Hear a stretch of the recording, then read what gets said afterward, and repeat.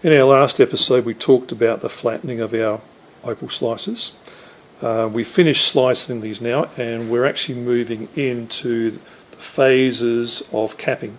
Let's talk about the tops that are available. You can get tops like these. These are round tops, of course, and they come in between 4mm. This is a 5mm. You can get them in 4mm all the way up to 20mm. There are a few sizes that perhaps are missing, but this is a good fill-in between size. You'll often make a lot more small stones than what you will large stones, and of course you can get rectangle stones. There are limited supplies of rectangle stones. Heart stones, the same type of situation. These things are available, but numbers are limited. I guess depends on where you get your sources from. And we're into ovals now, and ovals are quite a common sort of size or shape, sorry. And you can get them from say 5x3mm up to about a 40x30mm. But most sizes that you might work are between say 6x4 up to about a 12x10. This is a 10x8, and of course this is just a representation of the larger sizes, which is in fact a 14x10. We are on a hot plate, and if we just draw back a little bit, you can see the front of this. I've made mention of this before. This is in fact an industrial style heating plate, and you can dial up the heat that you need, but in this particular situation, as I said, you work with a heat that is like you put your hand on here and it's 1, 2, 3, it's getting warm, because I believe it's important to work with heat when we're gluing. And I made mention of this before. I use Yoo-hoo. This is the ultra strong. This is a 24-hour. There is a 5-minute available or a 10-minute available. This dries clear, and as I said, if you've got access to other clear drying epoxies that are perhaps an equal part mix, that's good. But clear, this is the stage where we're actually putting the cap on top of here, and we want to have as much transparency as possible. So having a cleared glue is very, very important. One other thing I just wanted to touch upon that may be of benefit to you if you are perhaps a little bit of a novice, is to have perhaps a template. And you might look at your opal that you're working with and think, oh, what size cap can I get on there? And to be prepared, I guess, is good, and even to be able to order your caps that you need in advance is good. So you might look at your opal and say, what size cap can I fit on there? So you might use your template, and you might put it on there and go, how big a stone can I fit on this in the area that's given, because we can still see the opal slice underneath, and we can just see that we're actually going to cover most of that, and this is in fact 12x14. So having this type of item is going to help you, if you don't already have one, just to be able to make use of the most amount of area of your cap. Something else I want to talk about are tweezers. Good tweezers are very, very important, because when it comes to putting our caps on top of the slice, we want to be able to pick it up and maneuver with it quite easily. Using your fingers is not an option. Well, I guess it is if you don't mind getting oily or dirt, oily fingerprints or dirt actually on your cap. If you really want your cap to stay on this for a very long time, it's ideal that you use a pair of tweezers. And if in the event that you have dirt on your caps, or you've picked them up with your fingers because you've been handling them, I suggest you get some methylated spirits, wipe them off, and even wipe the surface of your opal slices as well. So let's get started with this. We're going to mix up some equal proportions of this Yoo-hoo glue. And once again, we don't need a lot because we're not doing a large area. Now, one thing I do want to say about this particular stage of the process is we should try and minimize the amount of bubbles that we generate through this mixing process. quite often we can whip it quite quickly and we beat it like an egg, and you'll see that you end up getting encapsulation of a lot of air bubbles or trapping air in the surface. This particular stage is important. We mixed glue before. Now that was for the backing. That mixing stage wasn't so important, but because we're now mixing glue for the top, we want to try and minimize the amount of air that we trap in the glue. So just gently mix. Don't put in a lot of effort into this, and avoid hairs if you can. I think there's a hair trapped in this. And then when we're done with that, and that's, as I said, just a nice gentle mix. I'm not going to be doing all of the pieces because this will just take a little bit too long. I'm just going to target perhaps this piece here, and I'm just going to put some glue on the surface.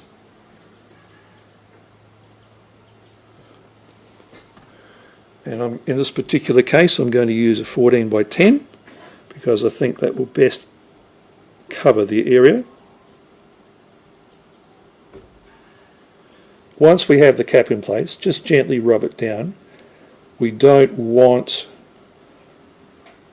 to push all of the glue out from underneath the cap, and we just want it to be centralized.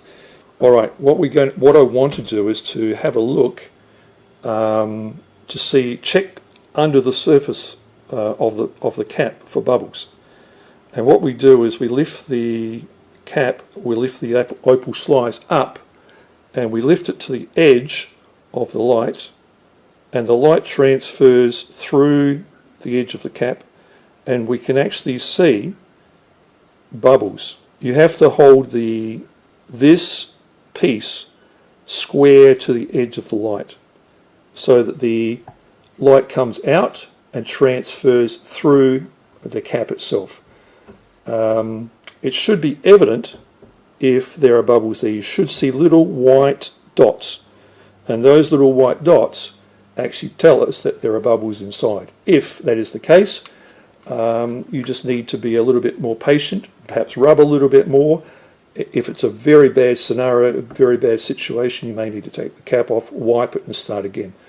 One thing that may help in avoiding this is just allowing the glue to sit momentarily, allow the heat to come up through the glue, and the bubbles will actually dissipate of their own accord. We're about to get onto the saw and trim these pieces out. Now, as you can see here, I haven't done everything. I've just done some that I felt was appropriate for this video. So the idea will be as I'll trim these out, saving the rest for another day if I consider that the opal is good enough. What is important at this particular stage is that when you have pieces like this that are very, very thin, very close together, and we want to part them, it's ideal that you actually have a very fine blade. You don't want a blade that's too thick and too coarse, because what it's going to do is actually you'll damage the tops themselves. But I'll illustrate how to part these apart if they are in fact touching. I'll show you how in fact we can do this. But having a nice fine blade is good for not just for doing triplets, but also for separating fine opal as well. So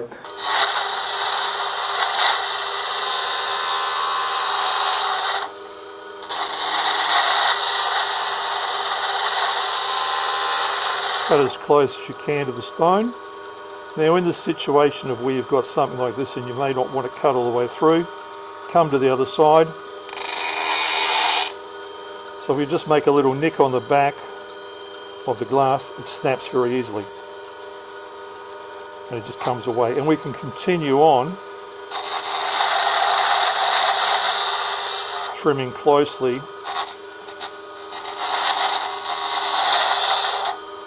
to the opal. It's ideal that we trim as closely as we can.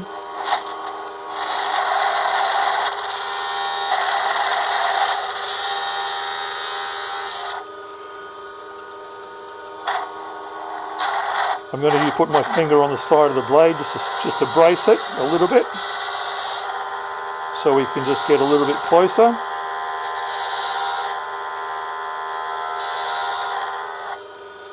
And that'll do. Well, we have finished the trimming on the diamond saw, and we're now going to dop them, because quite honestly it's going to be very difficult to hold something this small or even this small in your hand. So we need to use Dopsticks, and Dopsticks in this particular case can be hardwood. Some people use Aquadeer for their gluing, or a PVA glue. I don't. I haven't had that much success with PVA glue. I am in fact going to be using 5-minute glue, and you can use any type of 5-minute glue for this operation. And in this particular case, we are using Yoo-hoo. As I said, don't get mixed up with. You don't use 24-hour Yoo-hoo in this application. Just use a 5-minute one. Once again, it's equal parts.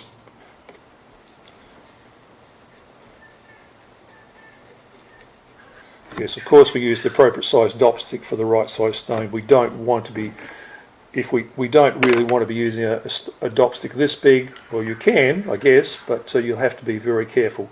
So let's choose a dopstick. We just put the dopstick in the glue, just give it a bit of a turn. We get a small coating on there, and we're dopping the top. And we look at it, we dop it, and we try to make sure that it is in fact square on the dopstick.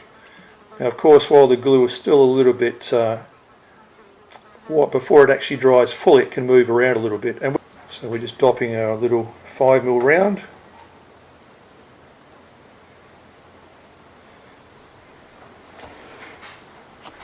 Right, as we can see, the stone or the triplet is now on the dopstick.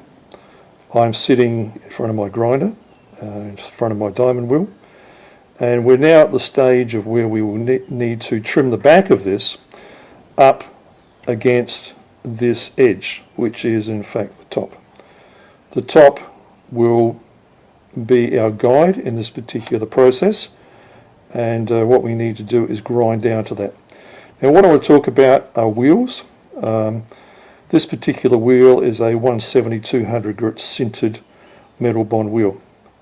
Grading in this particular application is important.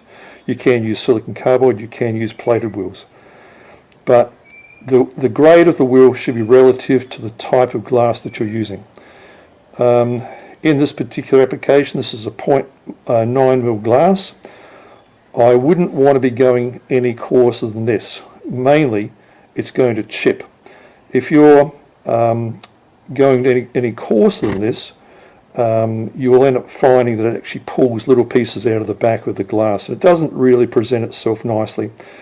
If you're working with finer glass, if you're working with, say, maybe a 0.5 or 0.4mm glass, you actually need a finer wheel. You're going to need something around about a 270-300 grit.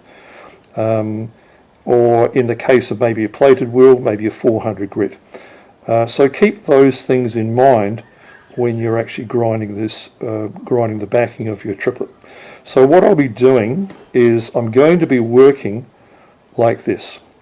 If you look at the way the dopstick lines up to your eyesight, you want to be looking down the dopstick and just dropping it slightly, so that we're going to put an angle, a chamfer on the back of the triplet, because this will actually be good for setting the stone setting process. So let's get started on grinding this now. Obviously we're working with water, and I'll be using a mask. Lighting is very, very important.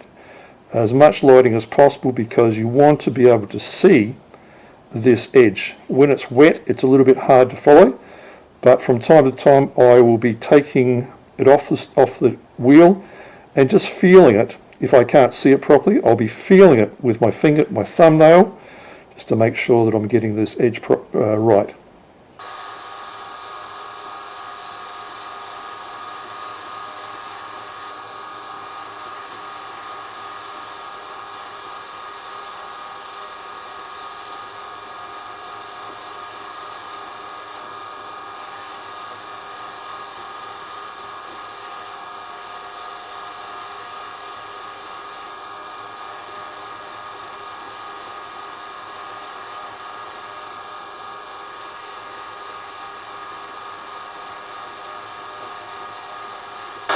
So there we have the stone finished. If I run my fingernail around here, I can feel that there is no glass protruding on top or above the actual glass pot. So we're back from the grinder, and we now, in some cases, some people leave this the way it is. We can see the back of the stone, minimal chipping, which is good. And the next process that I'm going to apply to this will be a finish of sandpaper. In the past, we used to use what we call PVA wheels, but for whatever reason the company decided to stop making them, and they're actually become very hard to get. So you can use your soft diamond wheels in this process. I'm going to finish this quickly with a 400 sandpaper, and it'll just be a couple of turns and it'll be finished. But as you can see in the viewfinder, this has been angled slightly, which is ideal for a setting edge. So we're going to use 400, and this won't take very long to finish this at all.